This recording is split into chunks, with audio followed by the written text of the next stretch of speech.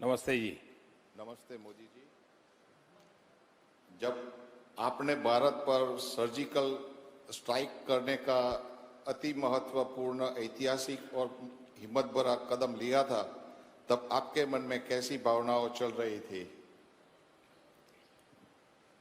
मैं आपका आभारी हूं। सर्जिकल स्ट्राइक पर आपका सवाल मैं है। आपका आभारी हूं कि आप वाणी से अपनी भावनाओं को प्रकट नहीं कर पा रहे हैं, लेकिन आपने एक्शन से अपनी भावनाओं को प्रकट की और शब्दों से आपके साथी ने मुझे इस बात को पहुंचाया। एक तो ये दृश्य अपने आप में हृदय को छूने वाला है। It touched my heart.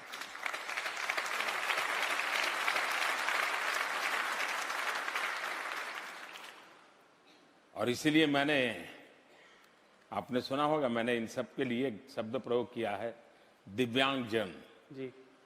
तो मैं ऐसे दिव्यांगजनों को प्रणाम करता हूं जिसके भीतर ऐसा जज्बा पड़ा हुआ है और उसी का परिणाम है। देखिए, सर्जिकल स्ट्राइक भारत का हजारों वर्ष का इतिहास है।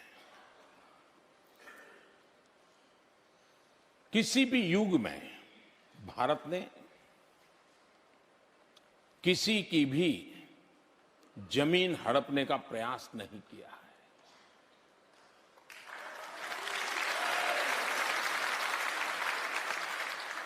बहुत कम लोगों को मालूम होगा, प्रथम और द्वितीय विश्व युद्ध में हमें किसी की 1 इंच भी जमीन नहीं लेनी थी, न हमें हमारे लिए लड़ना था, लेकिन हिंदुस्तान के 1.5 लाख सिपाहियों ने प्रथम और द्वितीय विश्व युद्ध में शहादत मोल ली थी। ये बहुत बड़ा बलिदान था।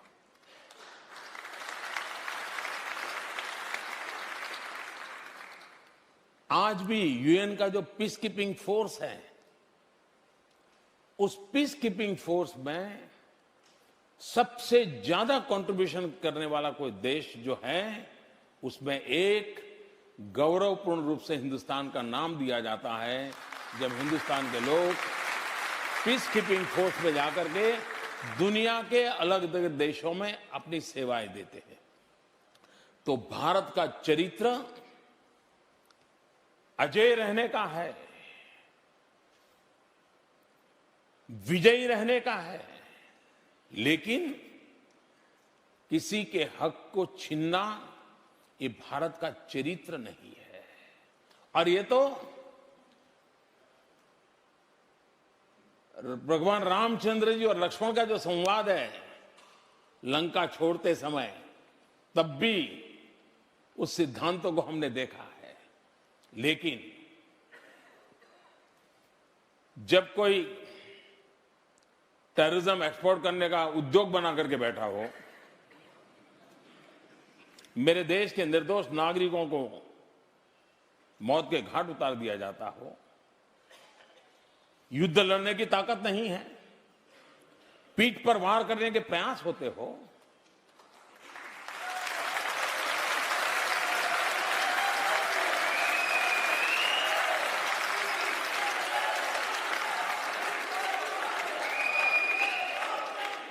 तो ये मोदी है। उसी भाषा में जवाब देना जानता है।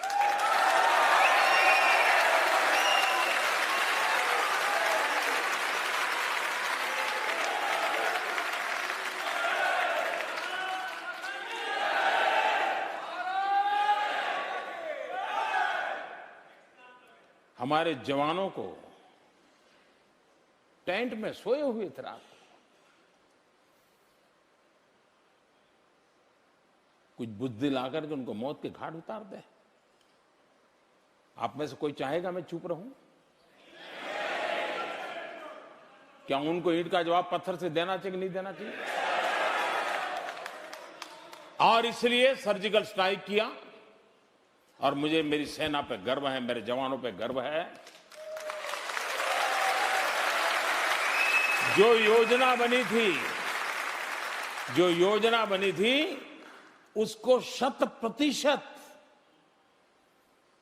तस्सू भर गलती किए बिना उन्होंने इंप्लीमेंट किया और सूर्योदय होने से पहले सब वापस लौट के आ गए।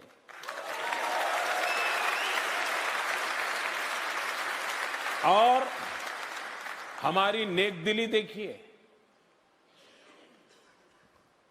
मैंने हमारे अफसर जो इसको ऑपरेट कर रहे थे उनको कहा कि आप हिंदुस्तान को पता चले उससे पहले, मीडिया वहां पहुंचे उससे पहले, पाकिस्तान की फौज को फोन करके बता दो कि आज रात हमने ये किया है, ये लाशें वहां पड़ी होगी, तुम्हें समय हो तो जाकर के ले आओ। हम सुबह 11 बजे से उनको फोन लगाने की कोशिश कर रहे थे, फोन पर आने से डरते थे, आ नहीं रहे थे। मैं इधर पत्रकारों को बुला करके रखा हुआ था, हमारे आर्मी अफसर खड़े थे। पत्रकारों को आश्चर्य हो रहा था कि क्या बात है, हमको बुलाया है, कोई बता नहीं रहे। मैंने कहा पत्रकार बैठे हैं उनको बिठाइए, थोड़े वो नाराज हो जाएंगे, लेकिन सबसे पहले पाकिस्तान से बात करो, हमने किया है, छुपाया नहीं हमने।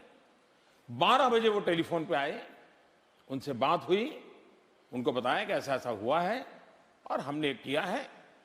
और तब जाकर के हमने हिंदुस्तान की मीडिया को और दुनिया को बताया कि भारत की सेना का ये अधिकार था न्याय को प्राप्त करने का, और हमने किया।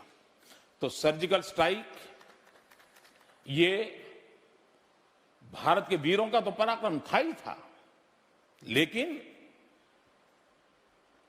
टेररिज्म एक्सपोर्ट करने वालों को पता होना चाहिए कि अब हिंदुस्तान बदल चुका है।